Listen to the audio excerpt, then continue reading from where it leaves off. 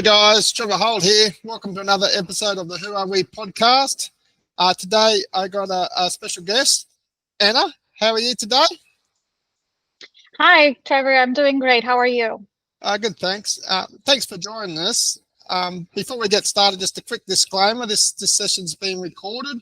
We're going to upload it to YouTube and put some promotional links on other social medias just to promote this episode. So I'd like to thank you for joining us today. So thank you so much for having me. Yeah, so we'll just get straight into it. So who is Anna Forero and what does she stand for? Anna Forero is a 33-year-old from Colombia with a background in psychology. I'm an advocate for mental health. I'm about mental health, wellness, good habits, and being kind. Being kind is very important to me. Yeah, so psychiatrist that's focusing on mental health specifically and being kind. So you sounds like you're living your values a lot. Is it something you're passionate about and you've turned it into a career? Is that what you're sort of suggesting? Yes. So, as a teenager, I struggled a lot with mental health. And I had this path where I felt very lost. I really lacked self-confidence. I felt I had no self-worth. I was, in a very dark space. And I went to multiple professionals in the healthcare field, and it just seemed like no one truly understood me. Like I could see people wanting to help me, but like I didn't really find an avenue until I found this amazing spiritual being. She was a doctor, but she had a background in awareness, therapy of awareness. And that to me was life-changing. I want to say she saved my life. She gave me purpose. She gave me a light in the tunnel. She really helped me. And as our relationship progressed, as a therapist and patient, I figured, she was an alternative out there that for me was so difficult to find. I want to be that for some people out there, because your approach, your values, your culture, your background, they're not going to fit with every mental health therapist out there, or not just the therapist, but the doctors, the psychiatrists. Every person is different. So I want to be part of that spread of awareness in the world. I want to be part of that positive change, and tell people that like there's people that actually are out there that really care. Many times I felt that no one cared about me, or although I had all the love in the world from my family, from my friends and everything, there was because of my condition, I couldn't understand it and feel that. And sometimes it does take a stranger for to make a special connection and to really offer you the help in a way that you can feel it and understand it. So I decided I want to be that. I want to be an alternative for people. I want, for people to be in that not for people to be in dark places, but that people that are in dark places know that there is a space and there is someone that cares. So that's how it all started. And that's amazing, and thank you very much for your hard work and helping other people, because I know sometimes it can be challenging and difficult, and it's a really good story that you tell, that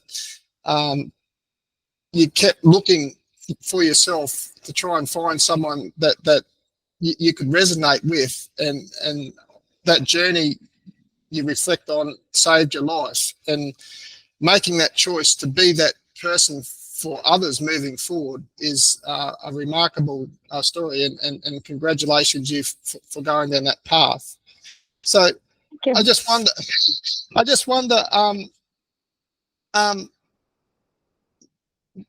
getting into that field and having that desire to be that change and create that awareness, trying to go down that journey with your own, having tackled your own difficulties? Was that challenging for you, or how did you find that? Yes, it was very difficult because although, I was many years in therapy with this professional in awareness and developing awareness, you know, it's funny because like all the tools that she gave me, I found myself in many years in the future, even today, still applying with the tools. Like it's almost like you're a structure, and the structure, for whatever reason happens, it's broken. So you start rebuilding it and like putting it back together, but you might have maybe then the foundation a little bit fixed, but there's still more to fix, right? So yes, it was incredibly challenging. I mean, don't get me wrong. It's not like, oh, I found her and it was like all roses. No, I mean, roses come with thorns. Many times after I went to therapy, I got like the worst headache. I had to go to sleep because there's a lot to digest. And a lot of the therapy of awareness is, to realize that you have the power. You are in control of your life. Yes, maybe you're not completely in control of your surroundings or the situation you're in, but you are in control on how you react and what you decide to do with what life is throwing at you. But yes, it was challenging. And then, when I started studying, I initially started studying arts, and it was more because I didn't know what to do. You're gonna laugh, but I actually hated psychologists. I was like, psychology is not my thing. Like, based on the experiences that I had, like, psychologists don't wing. Like, why would I ever even consider that? But then when I started studying art and painting and making art, I found such a deep healing process. And, reflecting, for example, I wanted to show in a painting the passion for love. But whenever I was done with the painting and I would look at it, I would be like, I'm not seeing passion for love. I'm seeing pain. I'm seeing my own pain reflected back at me. Like, what is going on? And from there, I started researching art therapy. And actually, it's funny because in the critiques, one of my teachers was like, are you a psychology major? Because the way you do the critiques, on critique day, it's very intricate, and you're analyzed a lot. Like, you should definitely look into it. And I'm like, no way. So when I looked into art therapy, I saw like, oh, well, it's mostly psychologists. And, I was like, you know what? I should do this. I could do this. Like, I'm very interested in art therapy. And although I didn't end up going through the art therapy route, from there I did decide, you know what, I want to study psychology so that I can have a better foundation to really help people and for people to trust. Unfortunately, we go a lot based on like the education. And don't get me wrong, I'm all about education. I'm a nerd in school. I was a nerd. But I was like, you shouldn't necessarily judge on the abilities of people to helping you just on their degree. But I decided, okay, let me go with the foundation of psychology so that like when parents send me their teenagers or when I'm taking care of patients, they'll be like, okay, she's at least a psychologist. And that's where the journey started.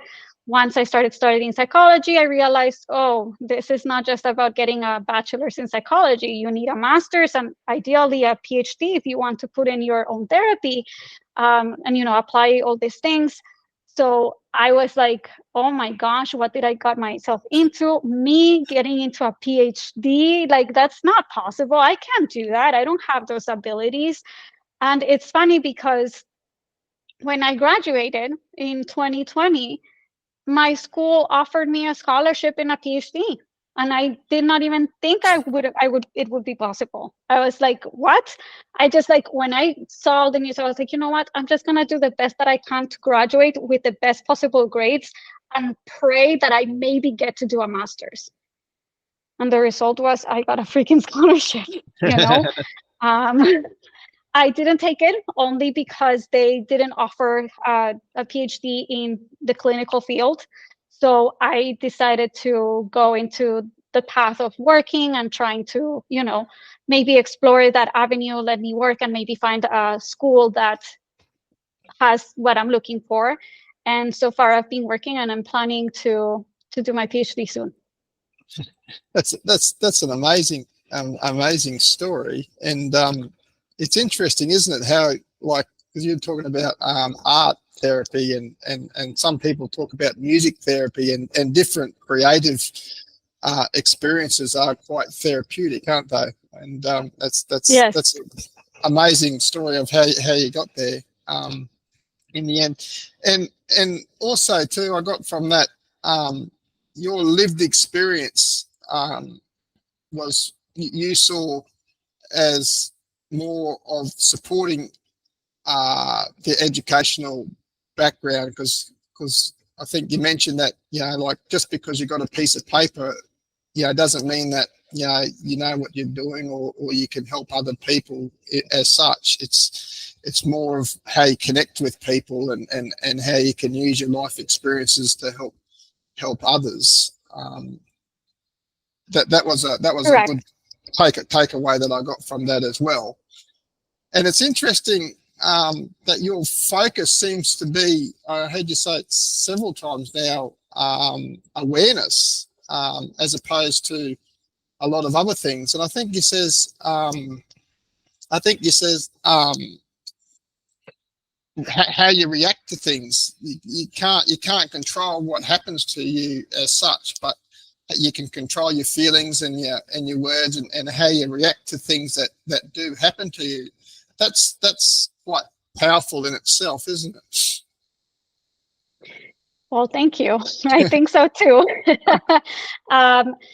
Yes, I mean, at the end of the day, the way that you perceive things is everything. The world, you can see something. Let me put it this way.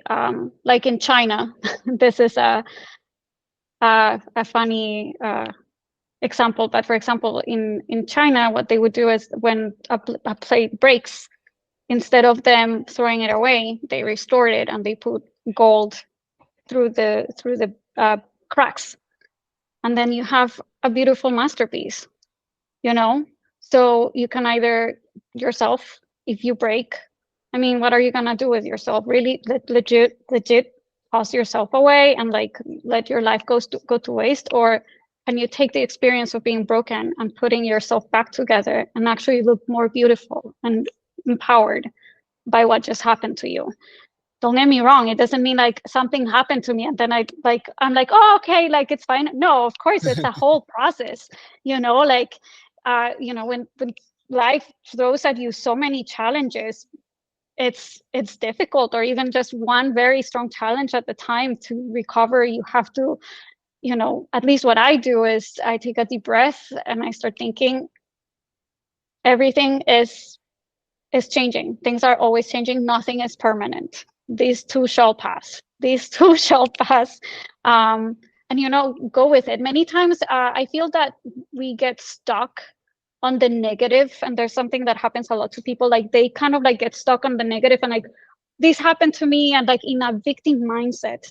When you're in a victim mindset, you're in that like stage of like, I need protection and I can't fend for myself. And it's okay to need love. It's okay to need, that's human, to want support. But when you stay stuck there, when you don't take the support, take your time to recover and then get up, then you're risking to stay stuck the rest of your life. When you break a leg, for example, of course you need to put a bandage on it. You need to give the leg some space to rest. You cannot be walking after you get a fracture. But at a certain point, if you don't start, rebuilding and getting your muscles adjusted to walk again, then you're not going to be able to properly walk or even run if you don't get up in time. It's always, and it's still a painful process of healing and walking. But if, for example, you do break your leg and you go through that journey of giving your body and yourself the space to heal and then walk and run, the next time that you're running, you're going to be so happy and so proud of yourself and feel so empowered that like, I am running and I'm running so fast after that breakage. Yeah. And it's amazing hearing you talk, because I can see a lot of the passion coming through on the screen. But but also I'm taking a lot of what is the word? So self responsibility, I suppose, like taking the onus. It seems to me that you're promoting that it's up to you to overcome some of these issues and like acknowledge that sometimes you need to go and find the love or support that you need, but ultimately you're taking the responsibility to move forward. Is that how I'm getting it?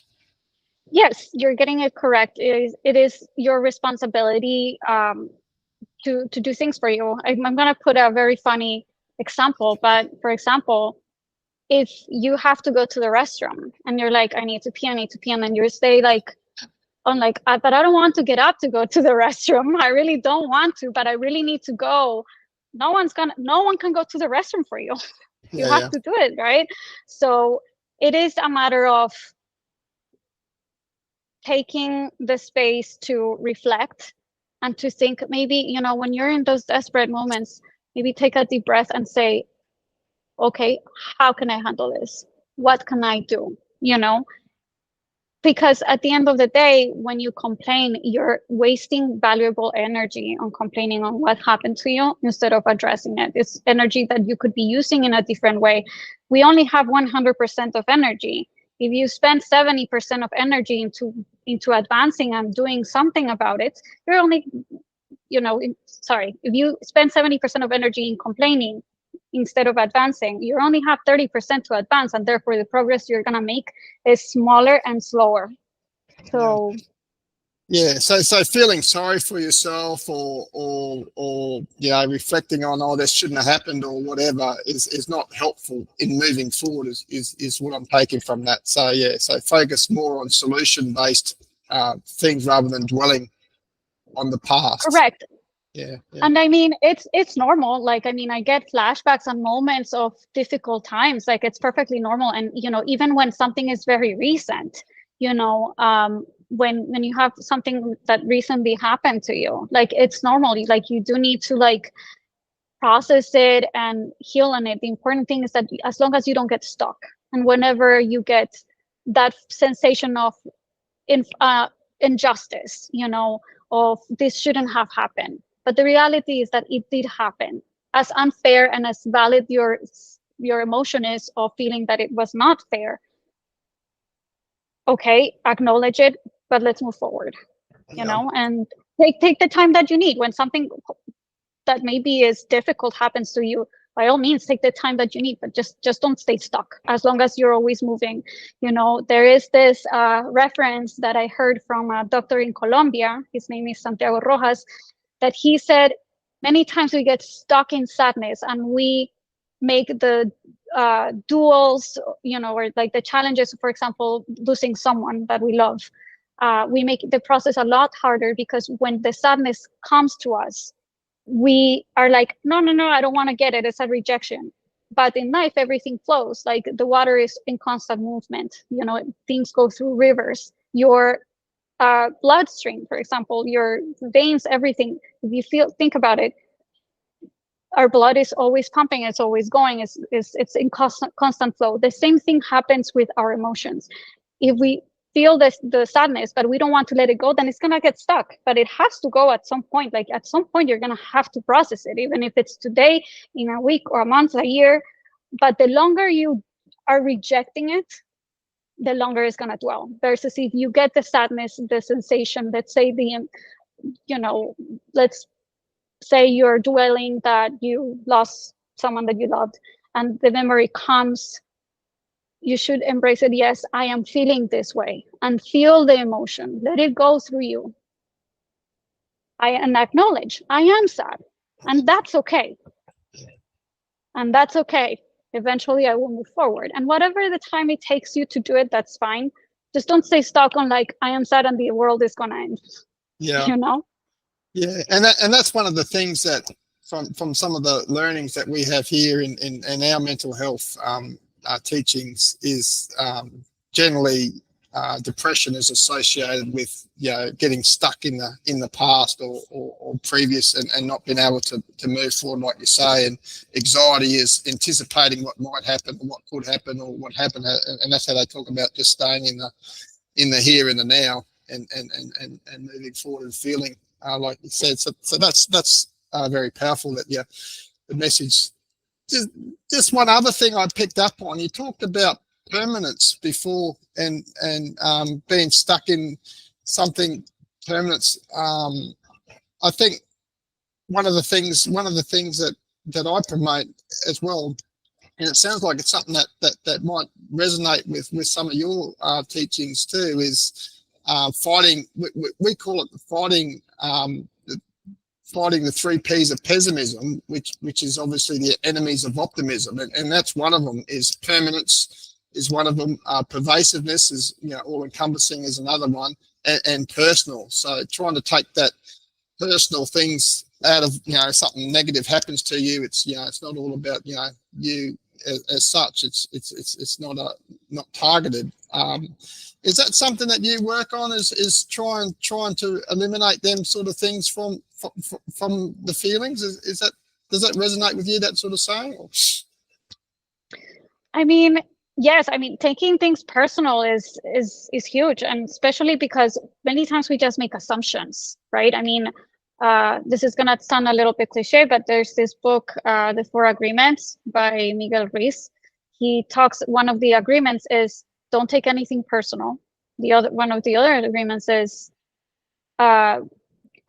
don't make assumptions, because you might be thinking from your perspective that maybe someone said something that offended you, but you have no idea why that person told you that.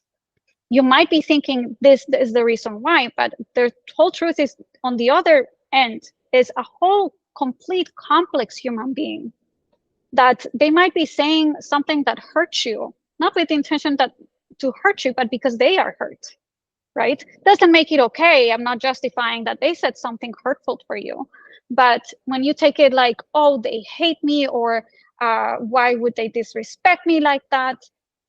Maybe have some compassion for the other person as well. And also feel that whatever they're saying is not a reflection of you, it's a reflection of them. Yeah. And, when people take things, they just make assumptions and make things personal. I mean, I hate to say this, but not everything is about you. People are not concerned about you. You need to worry about yourself. I'm going to worry about myself. And, obviously caring about others is important, but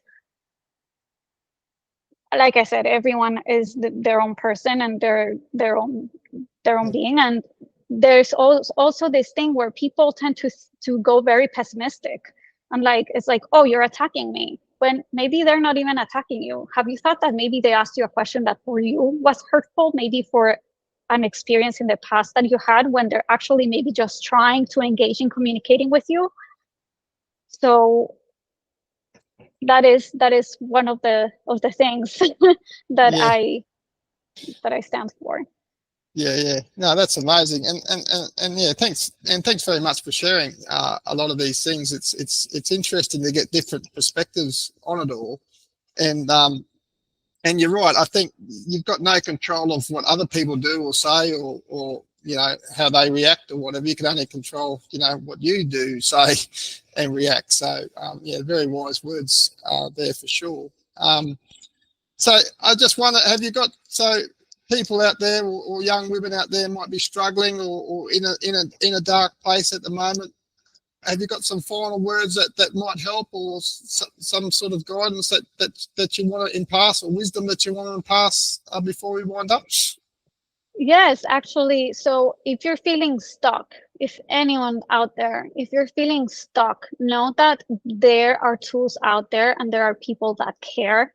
If you feel, in a dark space and you don't want to feel in that dark space anymore, there are solutions, and there are very, very invested people in helping you out. There's health professionals, there's even a free line here in the United States. It's called 211, when you just want to talk and you want to put your feelings out there. And they can actually also provide you with resources. If they feel that maybe you need to see a professional, there's a lot of services. There's mobile crisis responses that are free of charge, that will go and help you and guide you through if you're going through a really rough time. They can do a free evaluation, a free consultation to see how you're feeling. The resources out there, and we care. And you are important to the world and you matter. That's what I would say. And it's, don't give up if you're in a dark space. Everything passes, everything is changing, everything is in constant flow. There is flow inside you, there's a flow around the world, you know. Everything is always in movement. Yeah, and that's great to hear, because it tomorrow could be better, could be, it might be next week or it could be next month, but things do get better, or things, you know, have a way of coming back around, and the dice rolling in your favor. Just have to hang it, like you say, hang in there. That's beautiful words. And I'd like to thank you, Anna, for participating in this podcast and sharing your perspectives and point of view. If people want to reach out to you on LinkedIn, are you available, and you're happy to connect with people on different medias and that sort of thing? Yeah. Oh, absolutely. Yes. I'll be more than happy to. And I'm very grateful that you had me here. It's been amazing being here and sharing this space with you. No, that's great. No, thanks very much for us, and maybe in the future we can catch up again and have another chat. Thanks very much for your time. Thank you.